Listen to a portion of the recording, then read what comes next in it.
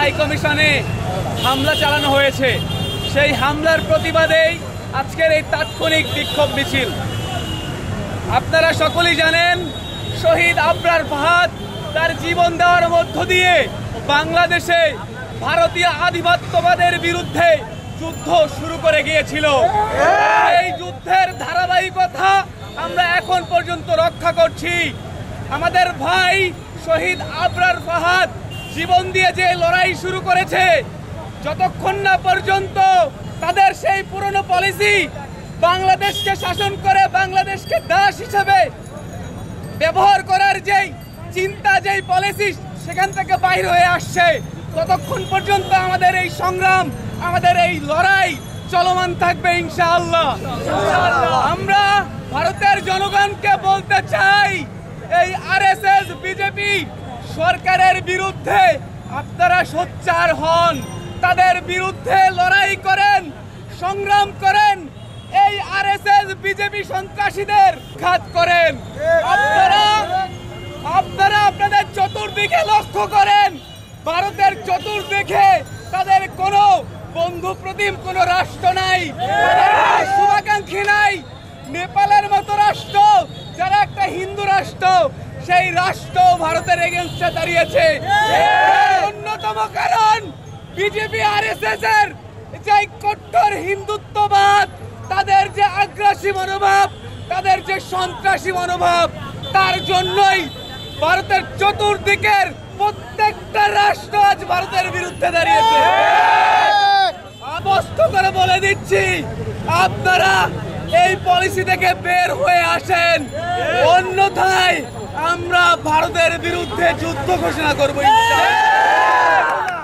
আমরা আমাদের বর্তমান সরকারকে বলতে চাই, আপনারা দ্রুত ভারতীয় হাই কমিশনকে ডাক দেন, ডাক দিয়ে আমাদের হাই কমিশনে যারা হামলা চালিয়েছে এর দ্রুত ব্যবস্থা নিতে আহ্বান করেন। অন্যথায় রাষ্ট্রীয় পলিসি অনুযায়ী যত কঠোর পদক্ষেপ নেওয়া সম্ভব সেই পদক্ষেপ নিতে হবে। আপনারাও যদি পূর্বের নতজানু সরকারের মতো পররাষ্ট্র নীতি অবলম্বন করেন, আমরা আপনাদের বিরুদ্ধে আওয়াজ তুলব। আপনারা 15 বছর আমাদের দেশের বিরুদ্ধে চক্রান্ত ষড়যন্ত্র করে ওদিকে থাকতে পারেননি। আপনাদের মদতপুষ্ট সরকার শেখ হাসিনাকে টিকে রাখতে পারেননি। আপনাদের সকল ষড়যন্ত্রকে নস্যাৎ করে দিয়েছে এই বাংলাদেশের বিপ্লবী জনতা। সুতরাং আপনাদেরকে হুঁশিয়ারি করে দিতে চাই, এই দেশের বিপ্লবী জনতার বিরুদ্ধে আপনারা কোনো ধরনের ষড়যন্ত্র করলে এই দেশের মানুষ সত্য হাতে সেটা প্রতিবাদ করবে।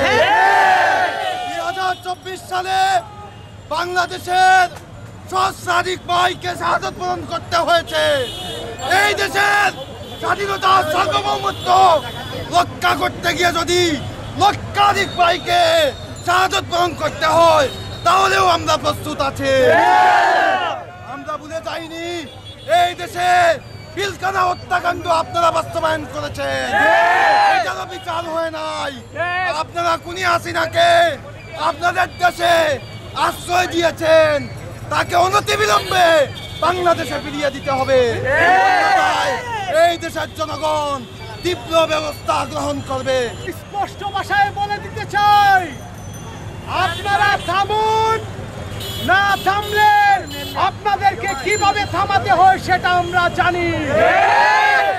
আমাদের মুসলমানদের রক্তে যদি আগুন লেগে যায়, তাহলে এই সন্ত্রাসীদের জায়গায় পৃথিবীতে হবে না। আমরা বলে দিতে চাই, যারা বাংলাদেশের সীমান্তে এসে সন্ত্রাসী কর্মকাণ্ড করতে চান, তাদেরকে হুঁশিয়ার করে দিচ্ছি, আপনারা বেশি বাড়াবাড়ি করিয়েন না। সীমান্তে এসে উগ্রতা ছড়াচ্ছে, তাদেরকে বাংলাদেশে ঢুকিয়ে দেওয়া হোক, আমরা তাদের ব্যবস্থা গ্রহণ করব।